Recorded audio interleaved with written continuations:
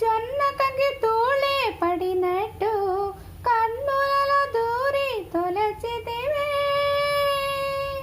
తీగ వదిలొచ్చిన మల్లికవే ఒక మారు నవ్వుతూ బదులేవే.